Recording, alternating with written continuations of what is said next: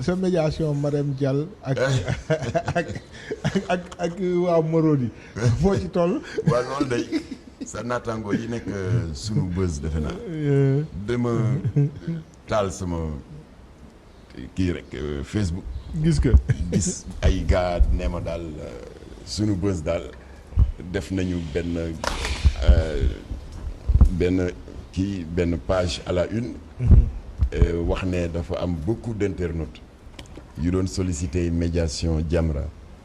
dans le divorce Massamba Ndour le patron de Marodi et Mariam Dial bu maîtresse d'un homme marié Mariam Dial de son nom d'artiste. Alors gars yi ne dañu bëgg a Jamra dox ci tànku jàmm ma ne leen bàyyi leen tooñ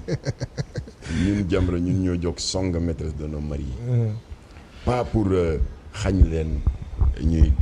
gagner leur vie di dàq seen wërsëg dans des productions audiovisuelles waaye dérive yi ci am dañ doon dénoncer waaye ñun jóguñu songa leen pour leur rendre la vie difficile wala pour faire de l'acharnement et je prends la famille de Cheikh Tidiane Diop yàlla na ko yàlla yërëm bu daaree Kocc à témoin ñun Cheikh Tidiane daf ñu daan laaye biire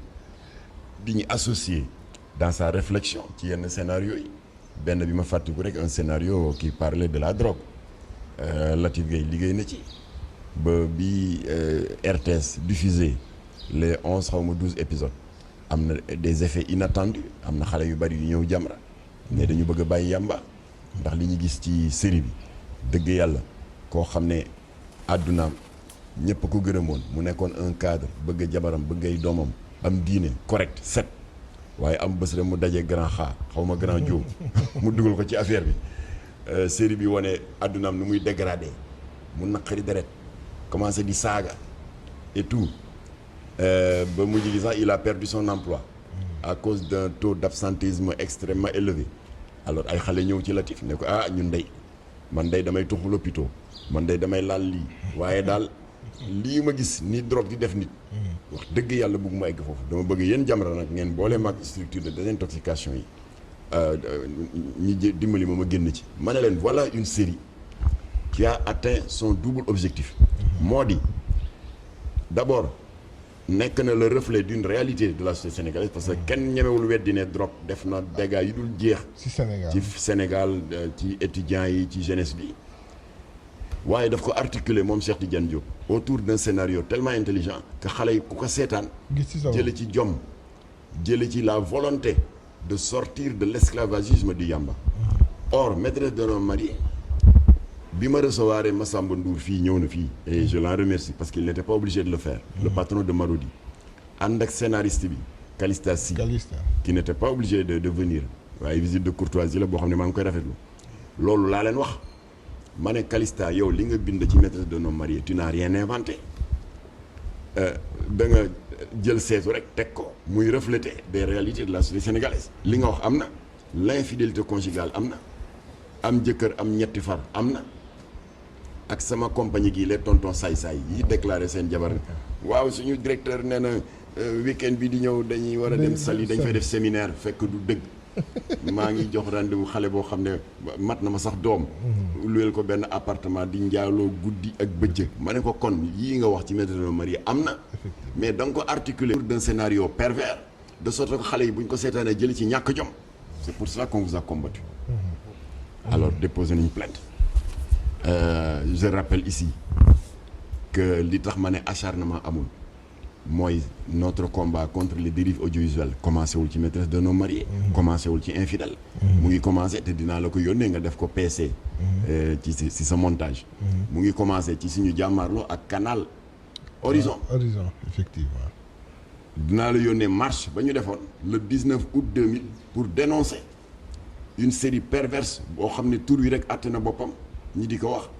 confession érotique alors benn tubaab bu ñàkk teggin jiite canal qui n'avait même pas voulu nous recevoir ñun ñu jóg def marche au terme de la marche ñu jël mémorandum bi jox ko ministre de la culture qui était le ministre de tutelle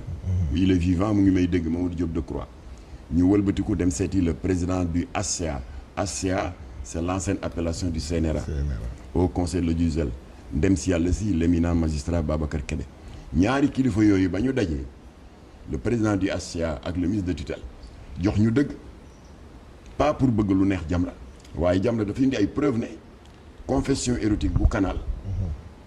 ñu ngi koy dawal dans les heures de diffusion en clair parce que xam nga Canal yoonu kenn newu ci parce que c'est une chaîne privée et cryptée waaye nag bu ñu fàtte ne entre 18h et 20h dañ ko daan maye abonné ou pas créneau boobu la Canal jël pour jàllale fa caay-caayam alors ñu jox ñu dëgg daal di wax Canal arrêté le série parce que mu ngi yàq suñuy valeur mu yàq fa tubaab bi bañ ñu ne ko épisode boo jàll rek ñu fëggal alamaan mu jàll épisode gars yi fëgg ko 3 millions d'amende ba pare coupé série bi loolu c'était le 19 août 2000 ça fait 21 ans boobu ana jigéen ñi di cëppi-cëppi ci maîtresse d'un homme marié am ji ci bari ñu ngi doog a fer namp booba alors mënuma citer yëpp je fais les grandes étapes en 2010 notre ami Sidi Lamine jote nañu ak moom parce que da doon jàllale une production qui s'appelle le business du sexe jéggi dayoo jarul sax may dugg ci détails yi alors ñu porte plainte temps yooyu présidente CNRA Nancy Ndiaye moo fa nekkoon mu jox ñu dëgg gars yi ne ko arrêtel mu ne arrêté wuñu mu ne épisode bu jàll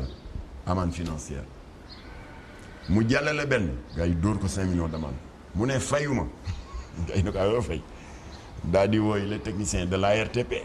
agence de régulation des télécommunications et des postes ñu ñëw pour dagg signal bi mu daal di ubbi tiroir bi jël benn chèque yi def 5 millions xam nga xajoon na fenn en 2015 Sen TV télévision di jàllale benn production bu tudd Kawtef boo xam ne ay dagg yi saaga ndey rek ci ne à des heures de grande écoute nga toog say doom ak say kii ñu daal di déposer plainte jamono boobu Babacar Touré moo fa nekkoon mu jox ñu dëgg ñu arrêté série bi alors 2019 il y a eu maîtresse d'un homme marié ñu daal di déposer suñu plainte itam toujours selon le même principe tout en encourageant l'État à soutenir la production audiovisuelle ñu demande État mu def preuve de vigilance pour que dérive ba ñam alors ñu gagné ba ñu gagné ñoom ils ont pris l'engagement que épisodes yi ñëw dinañ ko corriger daal di dindi toutes les obscénités kon nag ci gàttal maîtresse d'un homme marié ak infidèle dañu am mise en demeure mooy sursis autrement dit bu ñu defee moindre dérive rek sanction yi moo dal seen ko voilà kon kooku mel noonu di nga jaar ak moom foofu ba pare di jóg naan yaa ngi def médiation voilà mais c'est pas grave